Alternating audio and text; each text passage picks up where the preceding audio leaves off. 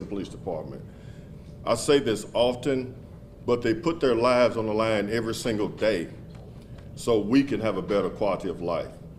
With that being said, today I would like to announce Precinct 4 as the winning precinct. Please come forward.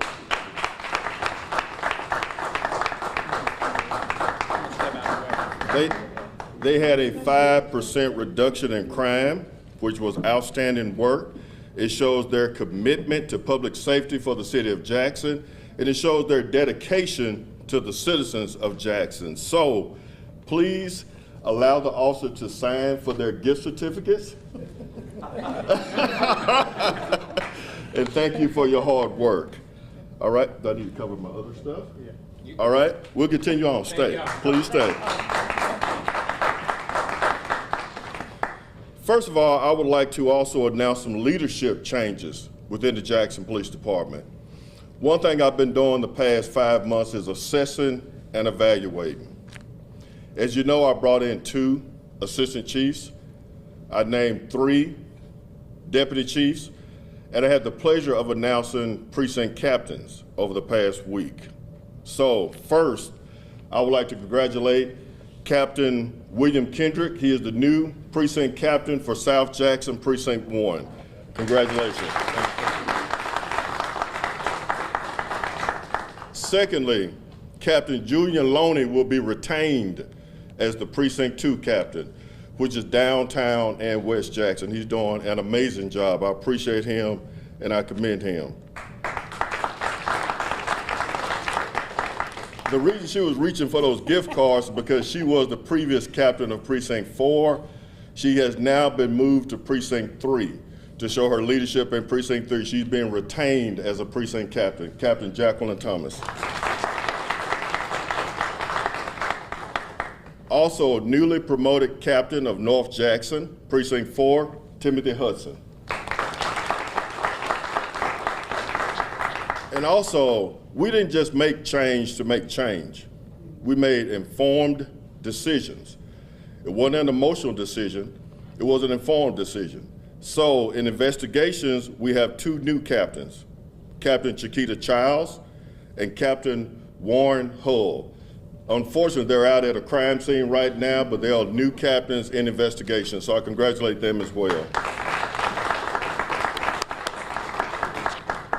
These individuals check numerous boxes for me.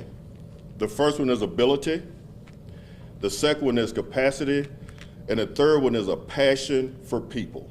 Passion for people. Citizens and employees. Citizens and employees. I would say that our greatest resource is our human resource. I want to commend them and thank them, and I look forward to absolute greatness from you as we move forward. Thank you.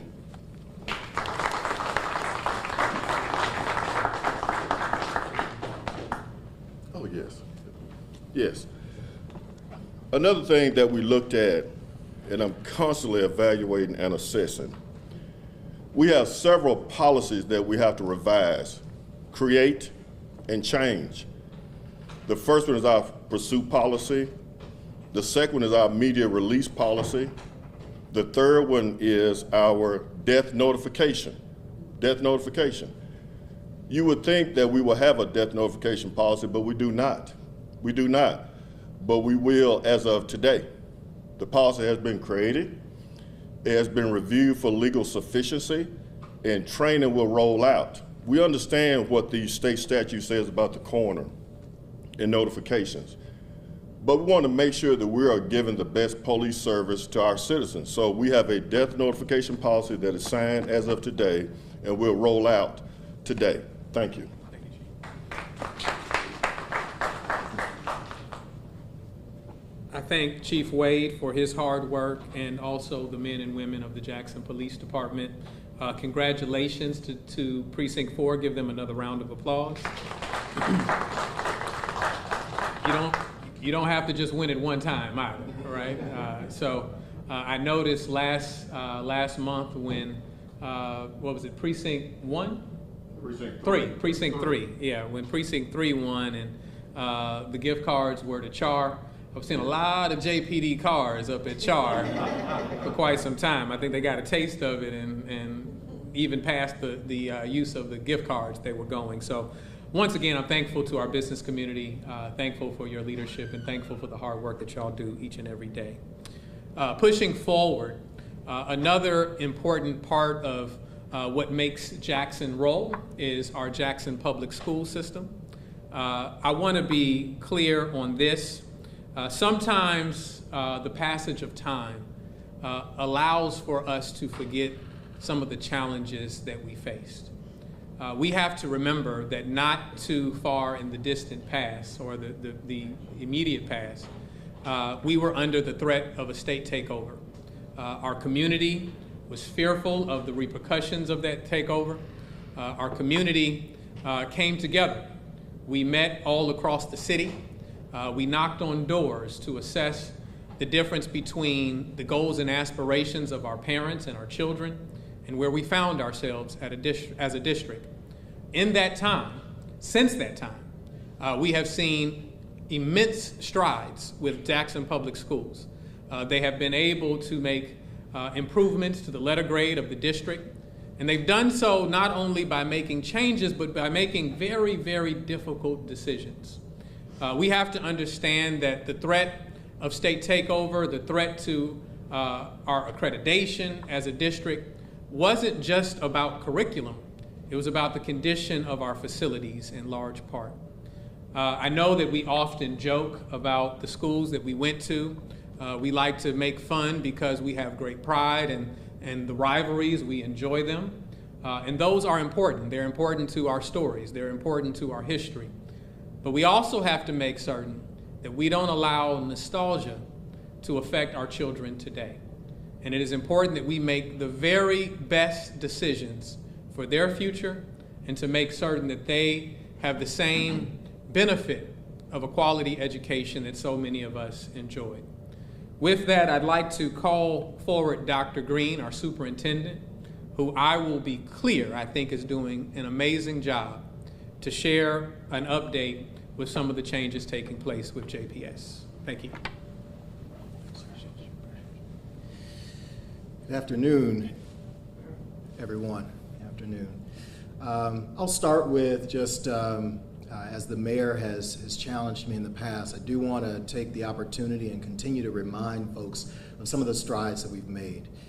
We are currently sitting at a C level accountability rating from the state. That's the state's accountability level or rating. 1 point away from a B. Like to keep that in front of folks. 1 point away from a B. And we're very proud of that. Very proud for the growth that we've seen over time and the continued improvements that we've seen in all aspects of our operations, not the least of which the teaching and learning that's happening in classrooms and schools all over the district, all across the district. I will note that we're now at a performance level that's higher than we've seen in nearly a decade. And perhaps a little longer, but that's a lot to celebrate. And it's not just the work of the superintendent or the senior executive team, it's folks all across our district who care about our children and give of themselves and operate as professionals consistently. And so I do want to just kind of remind us of that performance level. We're not done. We haven't arrived. We know that we've got more to do. And we take that on as a serious, heartfelt commitment and area for continued growth. But I do want to say kudos to our team and all those who continue to give of themselves to help to make this school district excellent.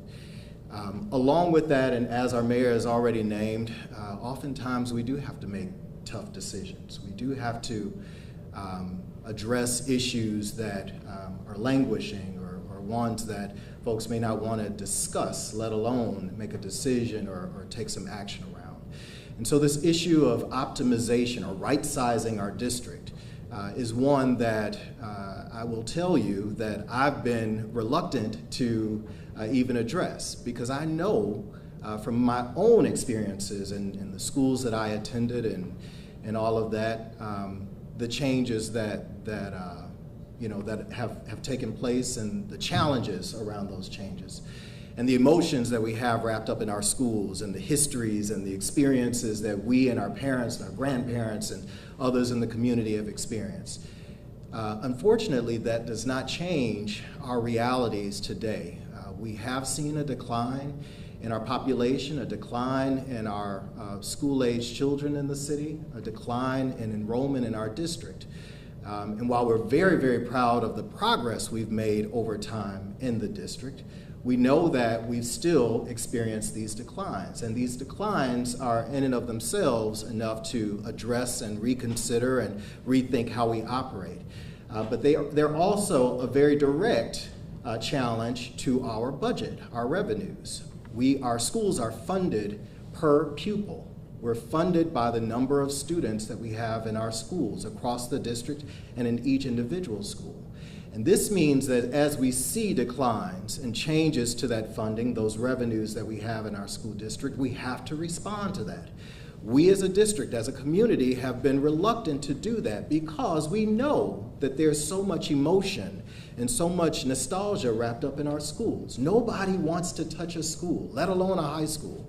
Nobody wants to do that. And as I talk to my peers in Chicago public schools and Kansas City, Oakland, Baltimore, you name it, all of these districts around the country, and especially urban districts, they too are facing very similar challenges where there's an enrollment decline, and you've got to respond to that. It doesn't mean that excellence should not continue to be the goal, that we shouldn't continue to strive towards meeting all of the needs of every scholar attending our schools. But it does mean that we've got to look again at our current situation. And so that's what we're doing now. I believe everyone knows, or most of the community knows, that we've presented to our school board and to the community a set of recommendations to, again, optimize or right-size our district, to operate in fewer schools so that the dollars that we do have can be concentrated in those schools, concentrated on those scholars attending those schools, to provide them with even greater opportunities for success. That's in the school buildings themselves, in the programs that we operate, in the staffing that we provide to our scholars. Stable staffing is one of the most key strategies and opportunities for us to ensure that scholars meet with success.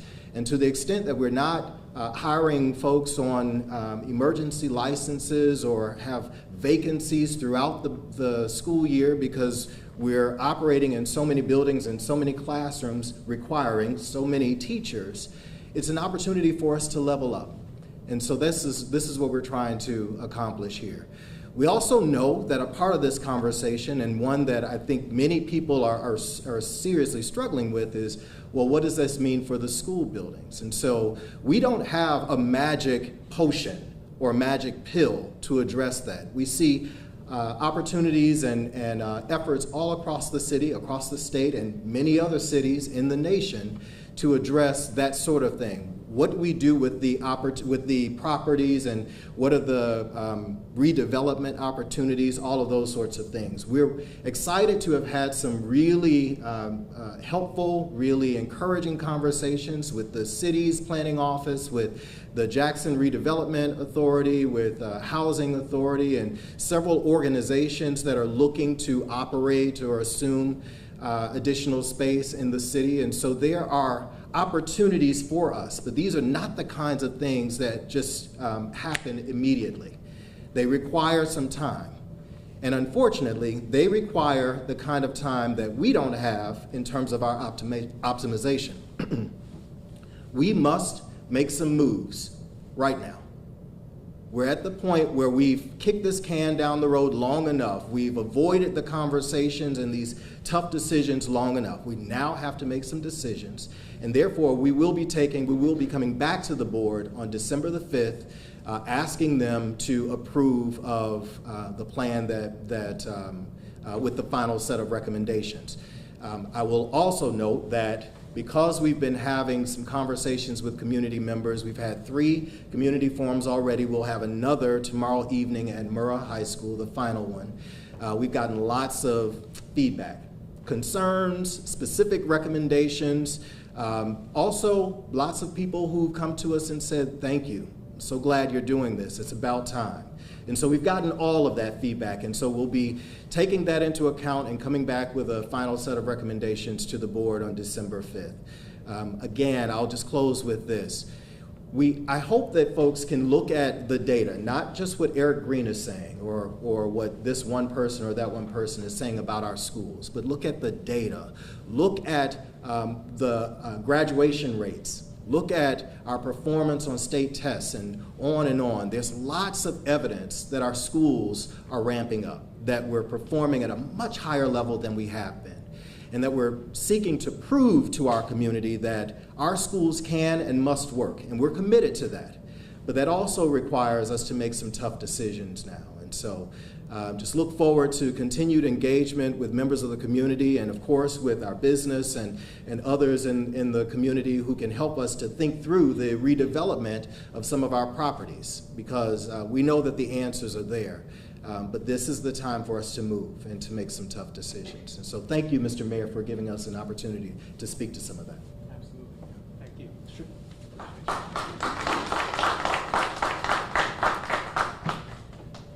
Heavy is the head that wears the crown. There often are moments when you're in a position of leadership, such as Dr. Green is in, where it feels like the choice between a bad decision and a worse decision. We spoke to the nostalgia and the emotion around closing schools, and that is a part of the equation. I don't want to limit it to just that. We know that when you make a decision to shutter a school, there are choices that parents have to make, distances they have to travel, changes in their own work schedule that may occur. And so we certainly want to be sensitive to all of those changes that have to happen. But at the same time, we can't be paralyzed and not make the appropriate decision. And so I'll say again, I've been thoroughly impressed with not only the job that you have done in building back our district, but also your willingness to confront difficult decisions. And so I commend you on that, and I look forward in the near future of being a part of more community discussions as we navigate our way through the very best plan. I will say this, as we've seen a decline in Jackson's population that has been happening for more than the last decade plus, one of the investments that you can make, that you can ensure or see growth return, is your investment in your educational system. It is proven that one of the primary factors that people make a decision of where they're going to live is based on the quality of the education in the communities that they're looking at. And so we want to ensure that Jackson children get the very best. I owe so much to JPS. No matter where I've gone, no matter who I've shared a classroom since I graduated, I have not felt ill prepared, because JPS certainly prepared me well. And there are so many stories that we can brag on, people creating, witty inventions, algorithms and the like, that are JPS students. And so we're going to make the right decision so that we benefit our children. Thank you. Speaking of, the conversation around buildings and reimagining buildings, I think that's a good segue into our planning and development department. And there have been some exciting changes within our planning and development department.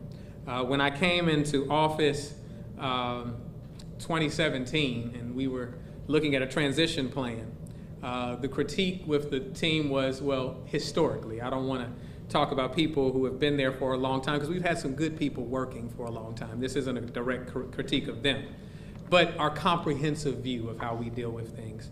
The person who headed that up said, the problem with the City of Jackson's Planning and Development Department is that there's been very little planning and no development, all right?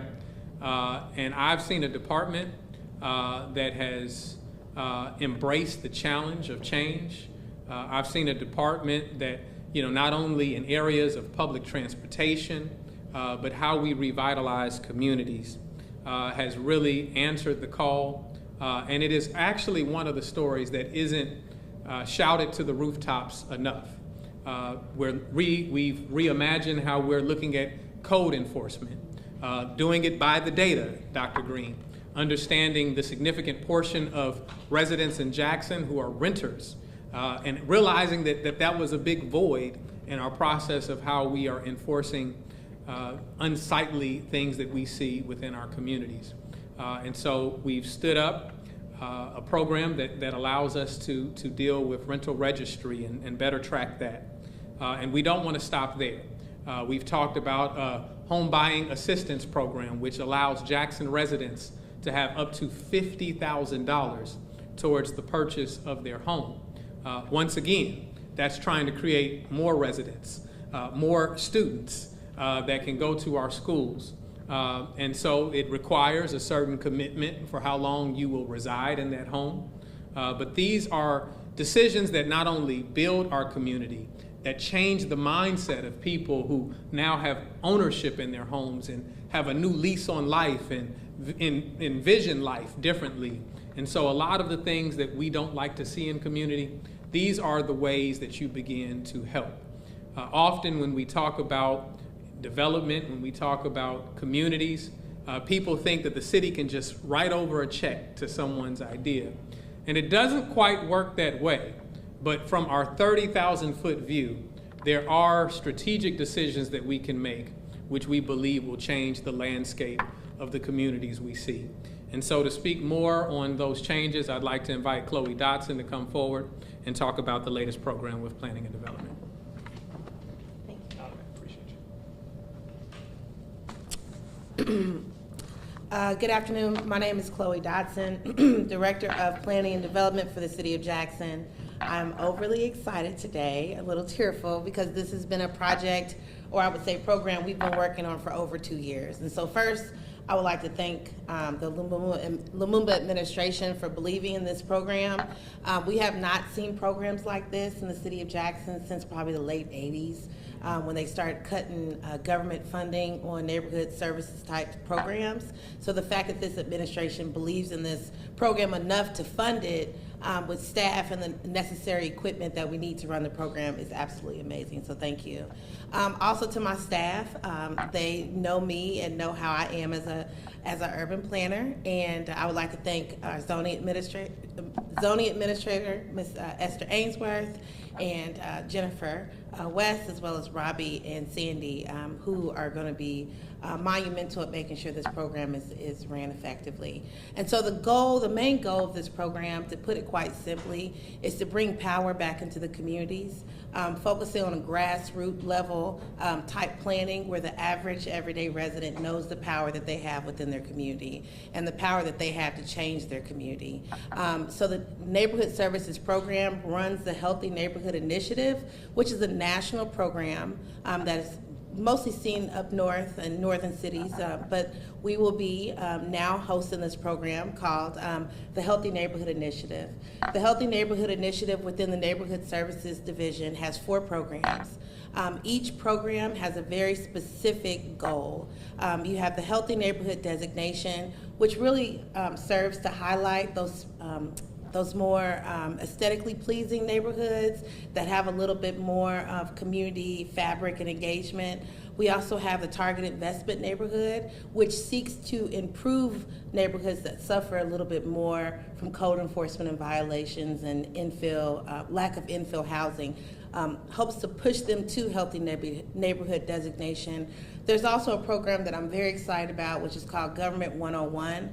Neighborhood organizations, residents, churches, facilities, schools, education institutions can come to us and actually apply for the many different educational venues or forums that we have. So planning 101, what is permitting, what is land use, what is zoning, how to migrate through the city, who do I need to talk to in order to get to where I want to go. And then last but not least is a new program which we're also very excited about, is the Neighborhood Improvement Program, which for the first time in a very long time allows neighborhood organizations, churches, institutions, to apply for our CDBG dollars to do your own your own program. So really the entire goal is to provide resources and bring resources directly to the neighborhood so that they can be empowered to make decisions for themselves. And so very quickly, I want to have Ms. Robbie up to talk very quickly about the programs in more detail, as well as introduce the many partners that we have in order to make this program a success. Thank you. Thank you, Ms. Dodson, Mayor Lumumba. We're so glad to be here today to talk about the Neighborhood Services Division. I'm very excited about it because the impact it's going to have on the city is going to be tremendous. There are two passions that I know in this room that help to change this program, to help to birth this program. Mayor Lumumba wants to see the city of Jackson in its full glory, and that's his first passion. Chloe, she wants to see the empowerment of the people. She's all about empowering people. So we tagged a slogan that says, Jackson's strength lies within the collective power of its people. And that's its neighborhoods. We want to see them all come together. NSD is committed to building strong, thriving, and sustainable neighborhoods through education, capital investment, increased community participation, collective power, and improved access for residents to its governing leadership. We're asking all neighborhood associations to register with our online system, OpenGov, and that's what we're doing right now so that everyone can be registered for these programs. The first one, as Chloe mentioned earlier, is our Target Investment Neighborhood. We came out with that one earlier this summer. There was a rollout for that one. We're over that program, we're managing it, and we're seeing some improvement in those areas. And you can see the different areas. There's 7 targeted areas. There's 7 of them, 1 for each ward. There's small areas where we're taking all of our resources in our interdepartmental agencies. We're taking our monies from housing and community development, code enforcement, building, business licensing, and all these different areas, and we're coming in that area, and we're going to come in and put all our resources in there once these issues have been mitigated. We know that the property owners pretty much cannot mitigate those things for various reasons. Maybe they're elderly homeowners and property owners and don't have the typical resources that need to fix it. So the brunt of that's going to fall on the city of Jackson to fix. And with that being said, we know that it's going to take several months, if not years, to get those situations mitigated. But each one of the 7 wards has a TIN in it. It's Target Investment Neighborhood, TIN. And so we're working on those. And once that one has been mitigated, we've cured that one, it's going to be another one that's going to be butted right up against it till the whole area, the whole ward has been fixed. So it's going to be a wash, rinse, repeat kind of situation for that protocol. For that one, so our next one is our Healthy Neighborhood Designation. This one, Chloe mentioned, it has incentives with it, but it also requires that the neighbors know their neighborhood. We want them to know what's going on in their neighborhood. Oftentimes we see neighborhoods or people come and they have their hands out, they want to help, they want assistance, but we want them to take ownership of where they are. We want them to take ownership of moving forward. So you first have to understand where you are in your neighborhood, and then you devise a plan where you want to go. So now we take those steps to get there. With this program, with the Healthy Neighborhood Designation Program, we're going to look at, you're going to do your own asset planning. You're going to go through that. You're going to go through your whole. You're going to find out what your parcels are, which lands has, which properties has vacant properties that are derelict. You need to know these things so you can devise a plan to fix those things, to move forward. And this is empowering the people. This is how we empower them. We educate them so they will have that knowledge and move forward. Neighborhood improvement program. Now this is the program that everybody wants to get to because it comes with tangible money, and everybody wants money. So we want to make sure they get that, but look how I have them numbered. You can't, the Target Investment Neighborhood, your neighborhood, Healthy Neighborhood Designation, you can't get to that one without going to those first. So you have to make sure that when you get to want money, you've gone through the steps that it takes to get there. You are a healthy neighborhood.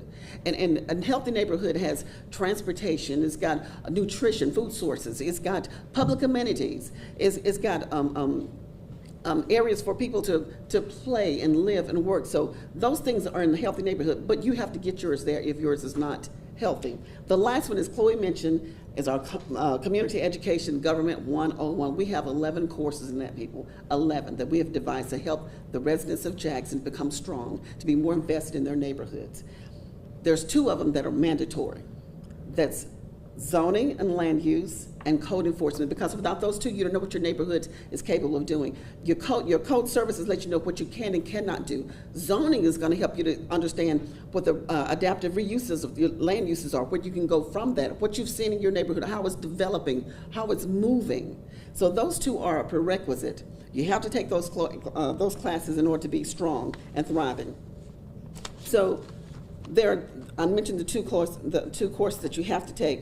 But we want to, looking forward, as we move forward, we want to work with city council in their wards, with the neighborhoods in their wards. Because if everything can come to an NSD, everything in this neighborhood comes to NSD, we can course correct those issues that they may be having in those neighborhoods with a better methodology, with a better model. So right now, I want to bring up the NSD team to come and step forward.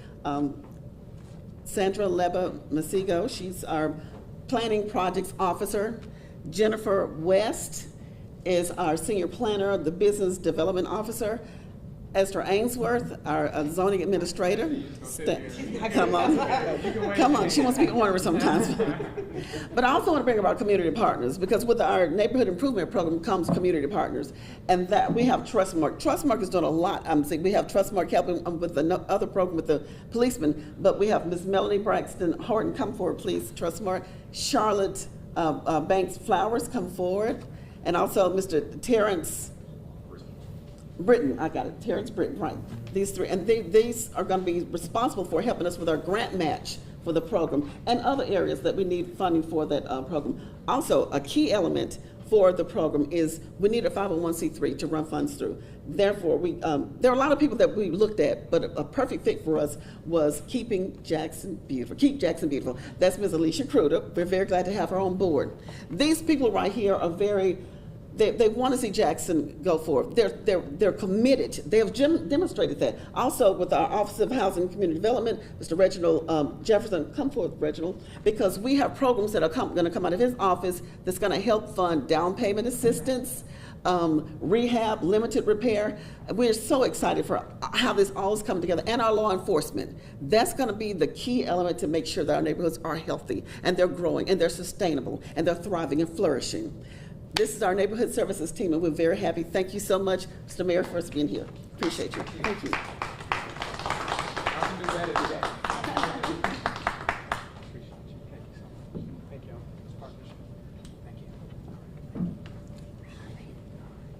Thank you. Once again, I want to commend the Planning and Development Department on their hard work.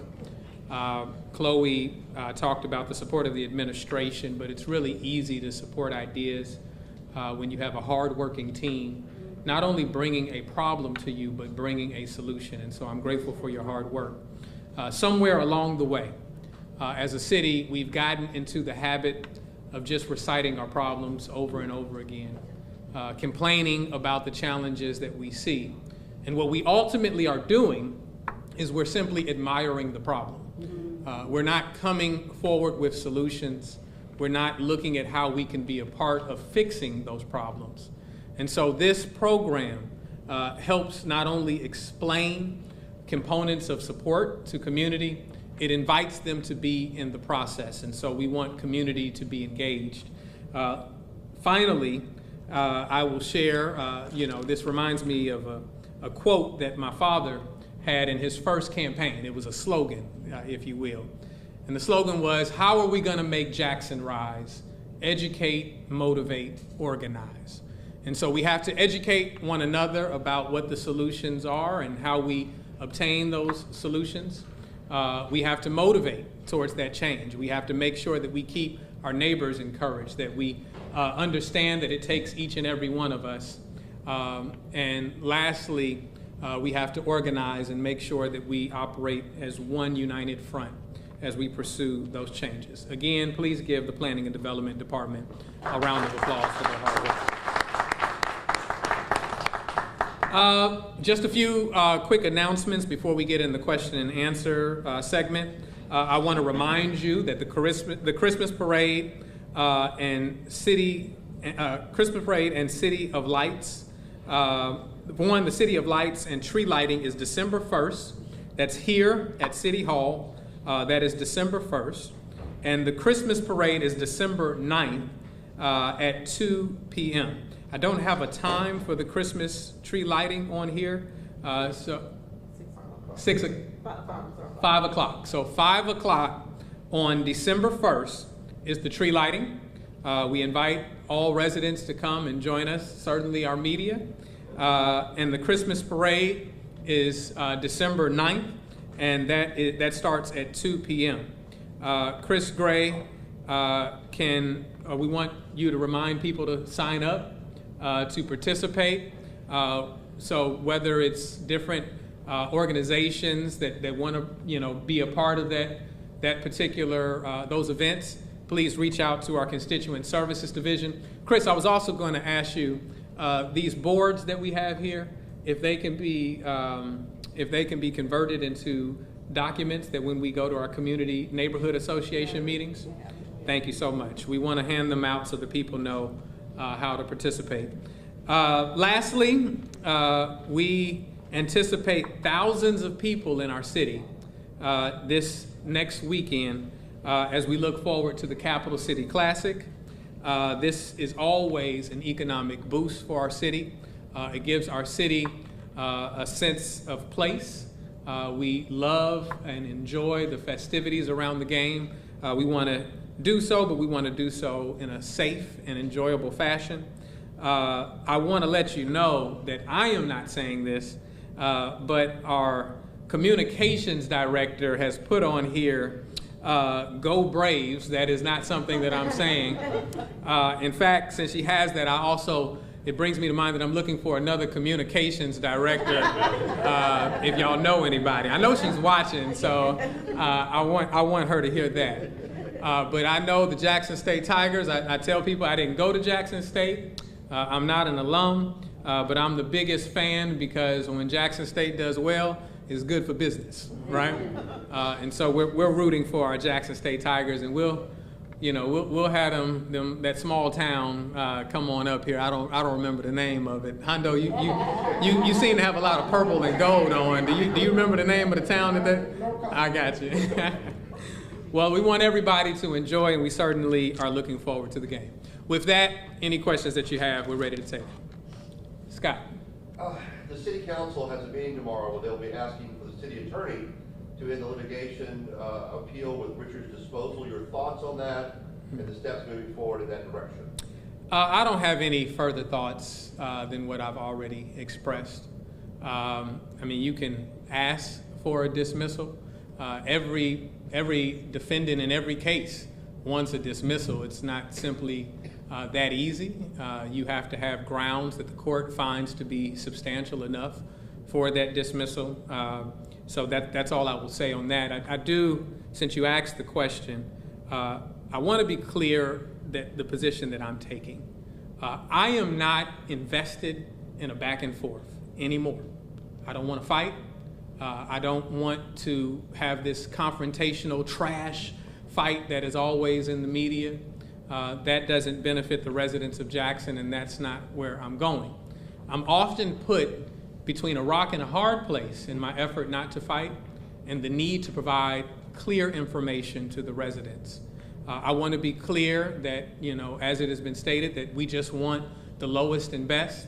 Every single time, 3 times now, the administration has chosen the absolute lowest and best option. And so we will do that. I have also made it clear that, unfortunately, because we're now going into another RFP, I'll state the words of the judge from the bench with cameras present.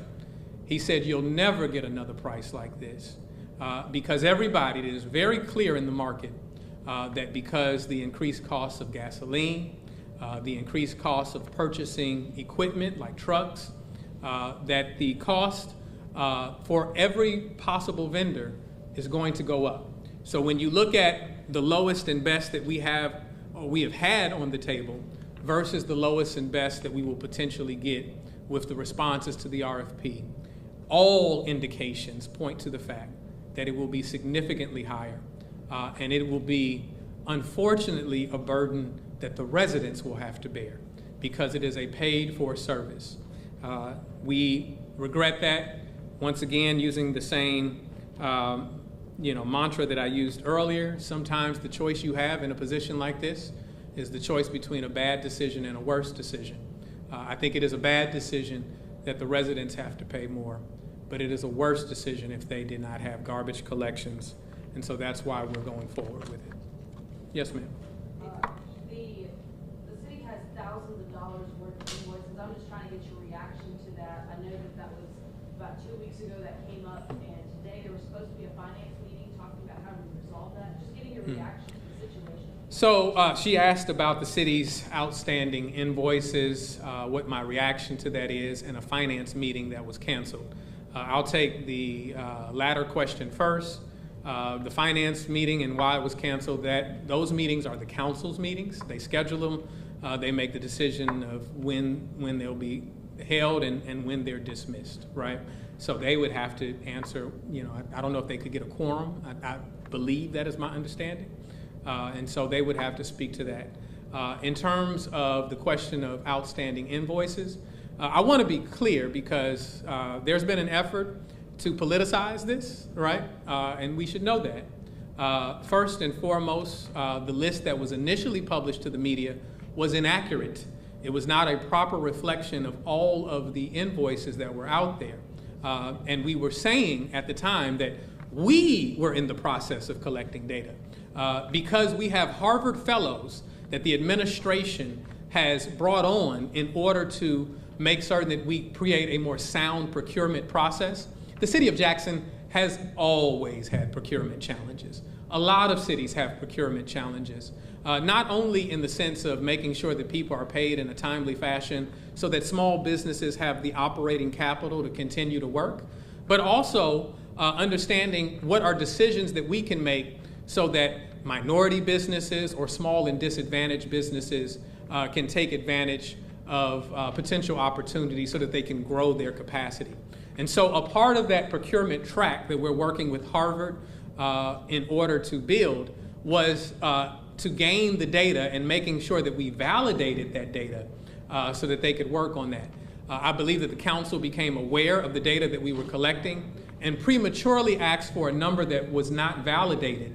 And so we've already identified that many of those invoices, some were not already due for payment, some just weren't the most accurate information. And so, in our effort to improve, any debate we should have should be on the basis of progress and not victory over one another. And so that's what I feel about it, and we will continue to work as we had already started to work to ensure that we strengthen the city's procurement practices. All hearts and minds are satisfied? Scott, you said you ain't got nothing else, huh? I'm good. Okay. Do you want to ask me about the Detroit Lions? No, I really don't. My Saints struggled, so I won't talk about it. All right. You say that again? My Saints struggled, so I'm really upset about it. Well, this may be unpopular in Jackson, but it's not often that I can say this as a Lions fan. The Saints will really struggle on December 3rd when the Lions come to town. I appreciate y'all. Thank you.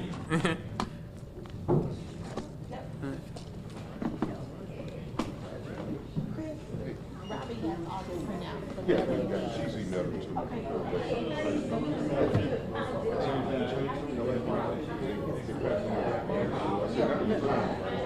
too.